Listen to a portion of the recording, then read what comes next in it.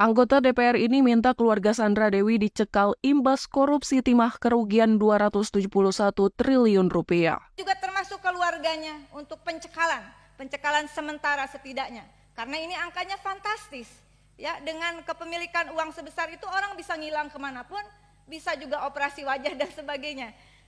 Anggota Komisi 4 DPR RI, Rieke Diah Pitaloka, memberi tanggapan atas kasus korupsi di tubuh PT Timah yang merugikan negara sekitar 271 triliun rupiah. Bintang film Bajai Bajuri itu mengaku mendukung upaya Kejaksaan Agung untuk mengeluarkan surat pencekalan bagi siapapun yang terlibat. Bahkan, Rieke juga mendukung upaya Kejagung untuk mengeluarkan surat pencekalan tidak hanya kepada para direksi, tapi juga kepada keluarga para tersangka yang saat ini sudah ditetapkan berjumlah 16 orang, termasuk suami dari artis Sandra Dewi, Harvey Mois. Upaya tersebut harus dilakukan, menurut Rieke, karena dengan jumlah tersebut para pelaku bisa saja melakukan berbagai upaya untuk dapat kabur dari jerat hukum.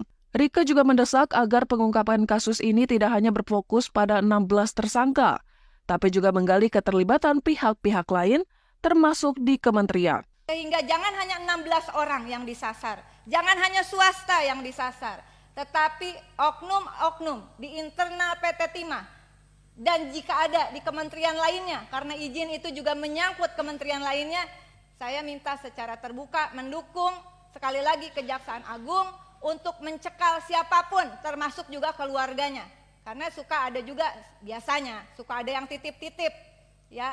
Hasil-hasil seperti itu pada keluarganya. Pihaknya juga mendukung Satgas TPPU untuk membongkar adanya indikasi kuat tindak pidana pencucian uang dalam kasus PT Timah ini. Kemudian, Rieke Diah Pitaloka pun menyebut seharusnya uang korupsi Timah sebesar 271 triliun rupiah bisa digunakan untuk pembangunan sarana umum. Menurut pemain sinetron yang kini menjadi anggota DPR ini, dengan adanya uang sebanyak itu masyarakat dapat sejahtera. Rieke Diah Pitaloka juga meminta semua pihak yang terlibat dalam kasus korupsi Timah agar ditangkap. Pihak yang dimaksud termasuk backingan dalam kasus korupsi Timah. Juga termasuk keluarganya untuk pencekalan sementara setidaknya. Karena ini angkanya fantastis.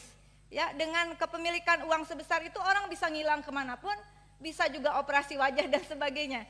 Sehingga jangan hanya 16 orang yang disasar, jangan hanya swasta yang disasar, tetapi oknum-oknum di internal PT Timah dan jika ada di kementerian lainnya, karena izin itu juga menyangkut kementerian lainnya, saya minta secara terbuka mendukung sekali lagi Kejaksaan Agung untuk mencekal siapapun, termasuk juga keluarganya, karena suka ada juga biasanya suka ada yang titip-titip, ya, hasil-hasil seperti itu pada keluarganya.